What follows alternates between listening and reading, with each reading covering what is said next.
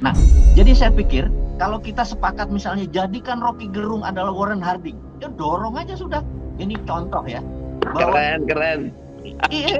Jadi, namanya Harding Effect di buku psikologi sangat namanya Harding Effect. Jadi seorangnya tinggi besar karena kalau orang tinggi itu dia punya apa ya? Karisma. Otoritatif. Jadi ngomongnya pun didesain. Bung Rocky ngomongnya begini ya, nggak boleh ngomong dungu ya, misalnya gitu ya. Nggak jadi dah. Scripted gitu. Terus jadi. Nah, saya pikir ini harus menjadi wake up call. Jadi reformasi 25 tahun ini harus berakhir di 2024. Kita harus punya new mind lah, apalah yang baru. Udah itu masa lalu, udah kita maafin, forgive ya. Ke depan kita mau adil. Sepertiga oligar, kita nggak membuat oligar nih jadi 10.000 jadi 3.000. Tapi yang 3.000-nya jadi 10.000. Negara pun yang APBN-nya 2.700 jadi 10.000. Itu baru keren. Gimana Bung Rocky? Bang Mardi? Gimana Bung? Langsung ke Bung Rocky. Bung Rocky siap nggak untuk menjadi Presiden RI 2024 ini? Pasti. Oh ya pasti. Karena seluruh proposal yang diajukan Mardi itu yang lagi saya kerjakan. Nah kan, cocok ini barang. Anda sudah melakukan banyak hal, namun belum sukses. Percayakah Anda bahwa sukses, bahagia, kemakmuran semua ada hubungannya dengan program software dalam pikiran bawah sadar Anda? Software itu bernama Prosperity Conscious. MMBC adalah workshop satu-satunya di Indonesia yang akan memasang software Prosperity Conscious di pikiran bawah sadar Anda dan menjadi nilai permanen dalam diri. Sekarang, giliran Anda bergabung dengan 300 sahabat baru Anda.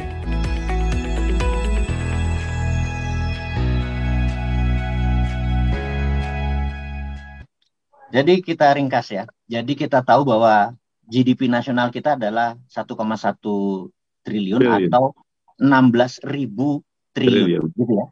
Nah, 16.000 triliun itu 2.700-nya APBN. Gitu ya. Iya. Betul ya? Bang Mardhani ya. Terus betul. Berarti yang 13.300 triliun adalah swasta. Dan saya mau mengingatkan, 80%-nya atau 10.000 triliunnya yang punya oligarki. Gitu. Jadi yang 98%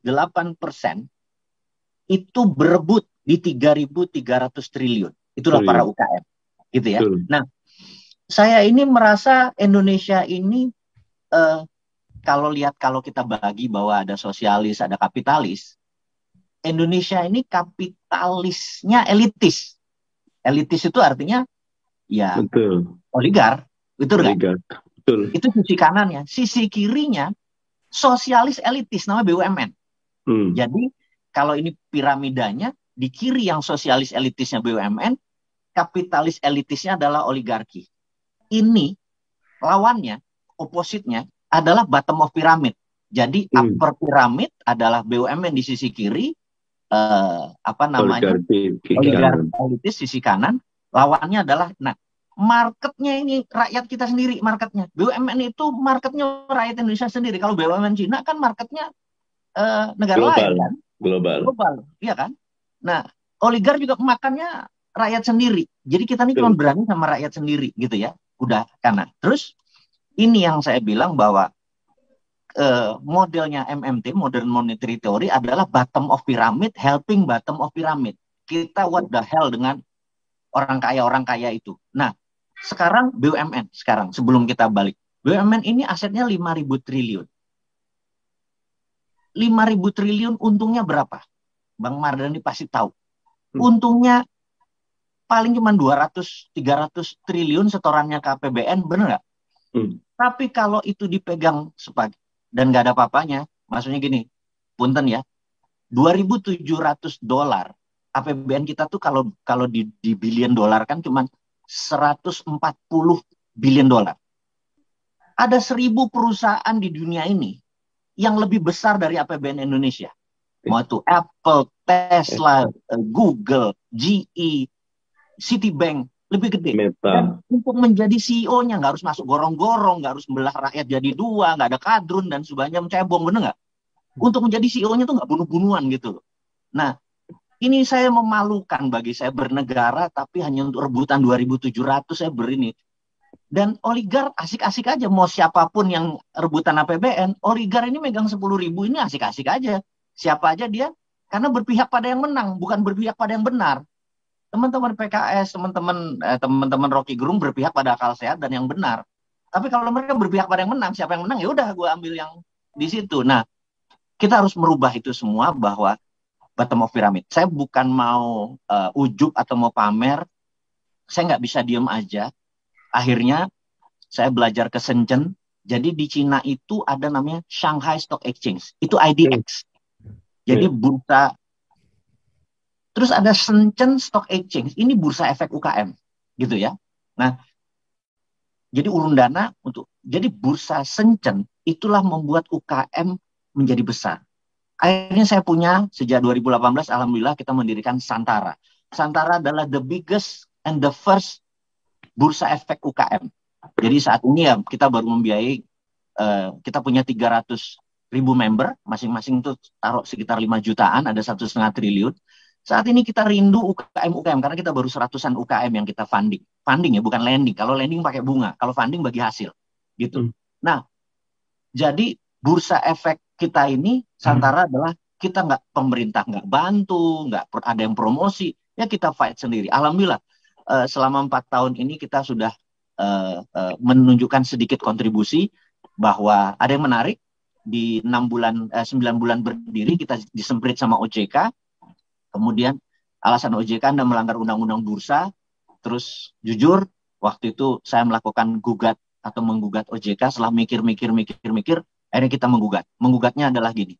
Saya belajar dari Pak Dahlan Iskan, sewaktu dia membuat JTV, dia membuat TV, ternyata nggak boleh TV lokal, TV itu harus nasional. Yang dilakukan oleh beliau adalah dia menggugat, jadi Jawa Post Group menggugat negara, perbuatan yang melanggar hukum dilakukan oleh negara. Dia gugat, dan dia menang, akhirnya TV lokal berdiri. Dan TV lokal itu sekarang ada 144. Jadi dia melawan oligark yang TV nasional. Karena dengan strategi itu. Nah, saya terinspirasi, akhirnya saya menggugat negara. Jadi saya menggugat OJK, perbuatan yang melanggar hukum, karena melanggar tuntutan saya itu, perbuatan yang melanggar hukum dilakukan oleh negara karena melanggar hak konstitusi saya untuk bebas riba. Jadi saya menganggap funding dan bagi hasil itu bebas riba. Saya nggak peduli mau satu orang yang bela saya atau yang lain cuma teori-teori doang untuk bebas riba. Saya sodok dan akhirnya izinnya keluar. Alhamdulillah. Dan sekarang kita jadi darlingnya OJK. Dan saat ini, maksudnya bottom of pyramid, helping bottom of pyramid itu gini. Misalnya, Gudeg Yujum ada 9 cabang, mau buka 1 cabang. Dia perlu 3 miliar. Maka pembeli terbanyak adalah pelanggannya. Itu bottom pyramid, helping bottom of pyramid. Kita udah nggak perlu ke bank. Karena yang jadi masalah begini. Sistem oligarki itu begini. Masyarakat suruh nabung, tapi masyarakat nggak bisa minjem ke bank karena syaratnya harus ada kolateral. Benar nggak? Betul, Ada 7% manusia yang punya kolateral, yaitu para oligark. Gitu. Iya. Nah, UKM yang puluhan juta ini nggak punya jaminan. Akhirnya, saya bilang, kalau dia nggak punya jaminan, sementara dia punya cabang 5 biji, tapi tempatnya nyewa, jadi nggak punya aset. Omsetnya ada. Saya bilang, selama Anda berbentuk PT kan itu omsetnya dan profitnya jadi equity. Equity-nya yang kita bagi hasil. 30% kita bagi hasil, yang cari duit 500 juta. Orang beli. Ada yang naruh 1 juta, naruh 500.000, naruh 300.000. Ini akhirnya menjadi sebuah ekosistem yang baru, itu yang namanya Santara ini adalah equity crowdfunding. Jadi itu prinsipnya karena bottom pyramid helping bottom pyramid. Saya nggak peduli sama BUMN yang di sisi kiri sosialis kapitalis. Saya nggak peduli sama kapitalis yang saat ini dimanja oleh pemerintah. Nah, kita bergerak di 3.000 tadi. Nah, yang saya mau ceritakan begini mungkin di akhir diskusi ini adalah keadaan Indonesia saat ini persis seperti keadaan Amerika di awal tahun 1900 sekian. Jadi dulu yang menguasai presidensi di Amerika itu adalah para oligark. Jadi mau itu siapa? Carnegie, Rockefeller, Rothschild segala macam itu mengarahkan presiden. Selalu presidennya itu berpihak pada oligark. Jadi buruh itu nggak ada libur. Dulu libur itu cuma 4th of July. Sisanya mereka udah kayak binatang. Tapi pemerintah nggak bisa apa-apa karena dibayar. Nah, ini ada yang menarik. Tahun 1914, ada 2 tahun sebelum itu, ada kegelisahan. Kegelisahannya gini. Ada 3 orang, anggap di sini siapa ya? Lembaga survei itu siapa? Misalnya siapa ya? Denny JA, ini contoh aja. Terus ada siapa? Muhtadi, ada segala macam lah teman-teman kita itu. Mereka ini, mereka bertiga lagi duduk. Mereka lihat ada satu senator, namanya Warren Harding.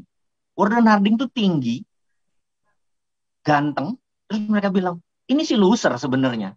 Terus mereka bilang, gimana caranya kalau dia kita jadiin presiden? Nah, Warren Harding tuh lagi shoe shining, lagi nyuci lagi nyemir sepatu, kan biasa disemirin kan. Mereka lihat dari kafe, boleh juga. Terus bertiga tuh mereka panggil. Warrennya dipanggil. Lo mau nggak jadi presiden Amerika? Mau. Lo ikutin maunya gue, gitu ya. Didesain. Nah, kemudian duit dari mana? Karena perlu 9 triliun, anggap sekarang 9 triliun. Kalau oligar punya, gampang. Dia kumpulin semua UKM, mereka nyumbang. Kalau ada 5 juta UKM, nyumbang 1 juta, nyumbang 2 juta, ini ya jadi 9 triliun juga, gitu ya. Nah, kemudian singkat cerita 1914 Warren Harding jadi presiden. Dia bisa dikatakan presiden Amerika terburuk, tapi dia merubah peraturan-peraturan oligar dulu. Bayangin, ini true story. Tahun 1898, Filipina tuh minta merdeka dari Spanyol. Spanyol bilang, bayar gua 20 billion dolar waktu itu. Filipina nggak punya uang, dia minta Amerika.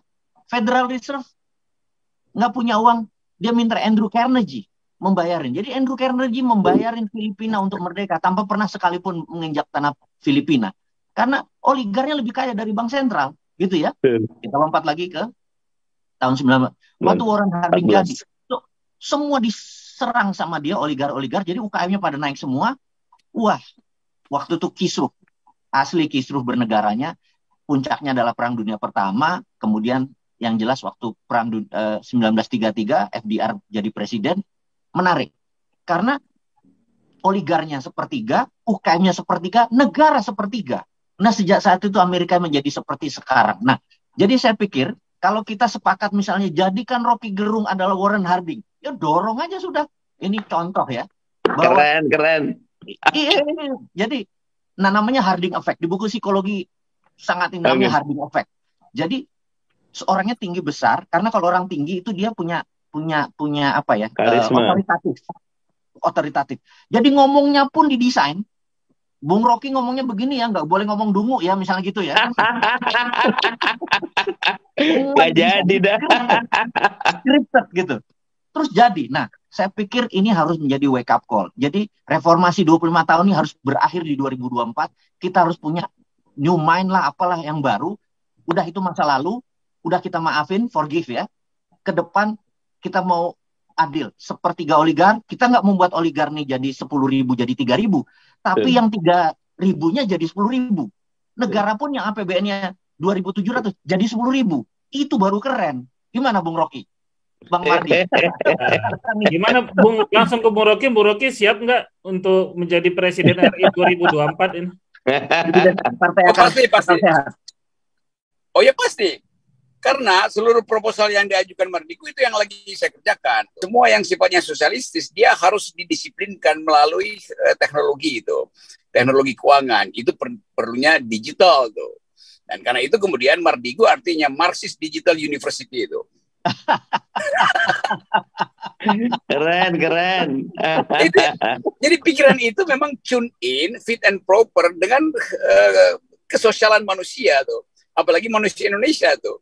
Negara memang didesain untuk mendistribusikan akumulasi. Jadi biarkan kapitalis itu lakukan akumulasi. Tetapi tugas negara adalah menunggu di tikungan untuk mengambil hak rakyat dalam bentuk distribusi kan. Kan itu jalan pikirannya kan.